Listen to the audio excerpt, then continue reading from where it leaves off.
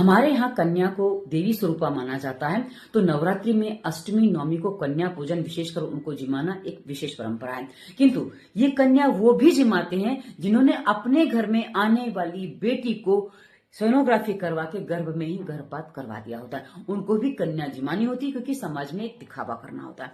अब ऐसी स्थिति में क्या बात हो गई है कि हमारे समाज में बेटियों की बहुत कमी हो गई है।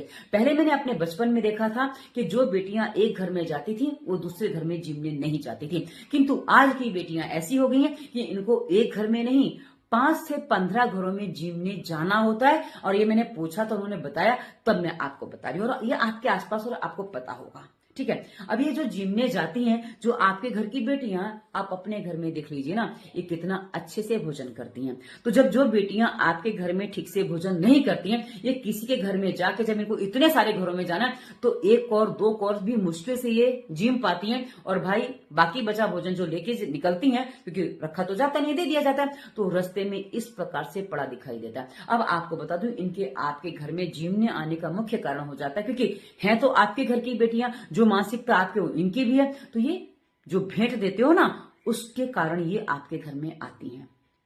अब भेंट का लालच होता है और उसके कारण से ये आपका जो प्रसाद होता है ना, इस तरीके से रास्ते पर बिखरा हुआ दिखाई देता है। अब हमने जो अपने जीवन में जो दुष्कर्म किए हैं, वो जो बेटियों को बचाया नहीं है। बेटियां पढ़ाओगे कहां से जब बेटियां बची ही नहीं है, बेटियां जन्म ही नहीं लेंगी।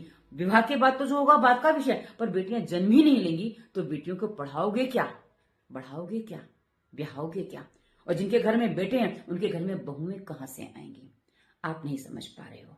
समझोगे तो समाज सही दिशा में जाएगा। अब हाँ, वो लोग कमेंट करने बिल्कुल मत आना कि जिनके त्योहारों में घर में दुर्गंध आती है रक्त की, मांस की और शराब की, ठीक है, और रास्ते पर रक्त की नदियां बह जाती हैं, क्योंकि आप भी जानते हो कि आपके त्योहारों में क्या होता है। हमारे त्योहार में फिर भी कुछ सीमा है, बहुत सारी सीमाएं हैं। और आपको बता दूं, हमारे त्योहार में सुगंध आती है हवन की, घी की, आदि आदि।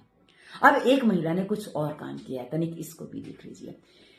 प्रसाद रास्ते पे पड़ा हो, उसके बाद कुत्ते खाएं, कोई और खाए, पैर में लतिया जाए, उससे अच्छा मुझे ये इनका लगा है। आपको कैसा लगा टिप्पणी करके बताइएगा। धन्यवाद।